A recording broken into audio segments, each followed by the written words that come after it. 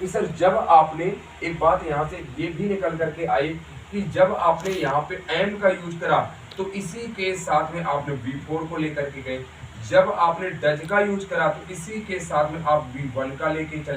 चलने का काम किया, V1 का लेके, जब आपने हैज का यूज किया, जब आप किसके साथ V3 का यूज कर रहे हैं। बातें ये समझ आ रही हमें, बातें एक ये समझ आ रही है कि ये जो हमारे पास में हेल्पिंग वर्ब है आगे आने वाली मेन वर्ब का पैटर्न को डिसाइड करती है, हाँ है ना, बात यही समझ आई कि नहीं है। ये जो हेल्पिंग वर्ब है आगे आने वाले मेन वर्ब के पैटर्न को डिसाइड करती है, बात समझ आ गई कि नहीं। बात एक यहाँ पे ये निकल करके जितनी हमारी डू की फॉर्म होती है, जितनी हमारी डू की फॉर्म होती है ये हमेशा V1 को लेकर के चलती है, जो हमारी बी की फॉर्म होती है वो हमेशा V1 प्लस ing को लेके चलती है, जो हमारी हैव की फॉर्म होती है कंप्लीटेड एक्शन की बात करते हैं ये हमेशा V3 को लेकर के चलती। बात यही समझे, तो ये बात हमारी ये एग्जांपल भी प्रूव कर रहे हैं। जब हमने बी की फॉर्म का यूज किया तो हमने आगे आने वाली मेन वर्ब का एग्रीमेंट V4 के साथ में किया। जब हमारे पास में डज आया, डज की वजह से आगे आने वाली मेन वर्ब का दायरा हमने किसके साथ करा, V1 के साथ यूज करा जा करके। जब हमारे पास में हैव की फॉर्म जब आ गई, जब हमारे पास में हैव की फॉर्म आ गई, इसी वजह से हमने आगे आने वाली मेन वर्ब का पैटर्न किसके साथ किया जाएगा, थर्ड फॉर्म में किया। तो बातें यहाँ पे ये समझ आई हमारे पास में, बातें यहाँ पे कुल मिलाकर के ये समझ आई जो हमारी एक्शन वर्ब होती हैं, जो हमारे पास में एक्शन वर्ब होती हैं, जो हमारे पास में एक्शन वर्ब का मतलब होता है जो हम क्रियाएं करते हैं, जो हम क्रियाएं करते हैं वो आगे आने वाली मेन वर्ब का पैटर्न को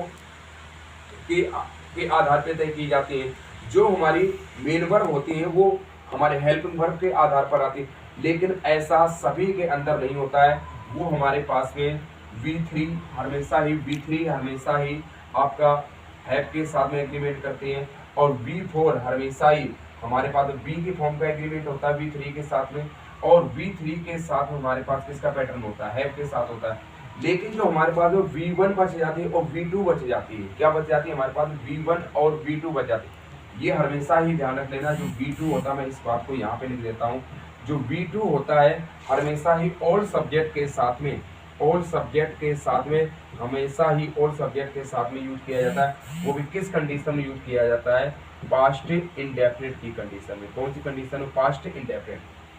और V1 का हमेशा हम V1 प्लस एस या फिर ES का हम इस कंडीशन पर यूज करते हैं, V1 प्लस एस या ES का यूज जब हम करते हैं जब हमारे पास सब्जेक्ट कैसा होता है, सिंगुलर होता है। सब्जेक्ट कैसा होता है, सिंगुलर होता है, तो वर्ब की फर्स्ट फॉर्म के साथ हम एस या फिर ES का यूज करते हैं। वो भी कंडीशन कब दे रखी है, जब हमारे पास प्रेजेंट इंडेफिनिट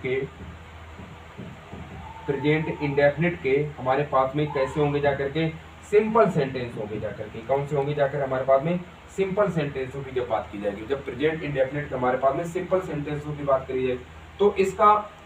एक आधार एक ये तय हुआ जाकर के जो हमारे पास में जिसको हमने V5 के नाम से जानते हैं, वो हमेशा ही वर्ब की जब हमारे पास में सब्जेक्ट सिंगुलर होगा जब हम यूज करेंगे जाकर के, जब हमारे पास में वर्ब की सेकंड फॉर्म का जब हम यूज करेंगे जाकर के, जब हमारे पास सभी प्रकार के सब्जेक्ट होंगे जाकर, लेकिन हमें किसकी बात कही होगी जाकर के, पास्ट की बात का जिक्र किया हो जाए। और V1 हेल्पिंग वर्ब के साथ भी आ सकती है और मेन वर्ब के साथ भी आ सकती है। एक एनालाइज एक ये निकल करके आता है, एनालाइज एक ये निकल करके आता है, जो हमारे पास में पांचों वर्ब होती है, जैसे हमने लिखने का काम किया V1, V2, V3, V4 and V5। जो हमारे पास में V1 होती है, जो हमारे पास में क्या है कि V1 जो हमारे पास में होती है वो हमारे पास में विदाउट हेल्पिंग वर्ब के साथ भी आ सकती है और हेल्पिंग वर्ब के बगैर भी आ सकती है। जो हमारे पास में वर्ब की सेकेंड फॉर्म जो होती है हमारे पास में, जो वर्ब की हमारे पास में सेकेंड जो फॉर्म होती है हमेशा ही विदाउट हेल्पिंग वर्ब के आती है। बात समझ आई कि नहीं, विदाउट हेल्पिंग वर्ब के आती है। तीसरी बात एक हमें ये समझ आई, जो हमारे पास में तीसरी बात एक ये समझ आई, हमारे V3 जो होता है वो हमेशा ही हमारे पास में हेल्पिंग वर्ब के साथ आता है, और V4 जो है हमारे पास में वो हमेशा ही हेल्पिंग वर्ब के साथ आने का काम करता है। लेकिन V5 हमेशा ही, ध्यान रख लेना, V5 हमेशा ही हेल्पिंग वर्ब के बगैर ही आता है। बात समझ आई कि हेल्पिंग वर्ब के बगैर ही आता है। एक एनालाइज अगर ये आप करोगे कि हमारे पास V2 और V5 है, तो हमेशा ही हमारे पास विदाउट हेल्पिंग वर्ब के आते हैं।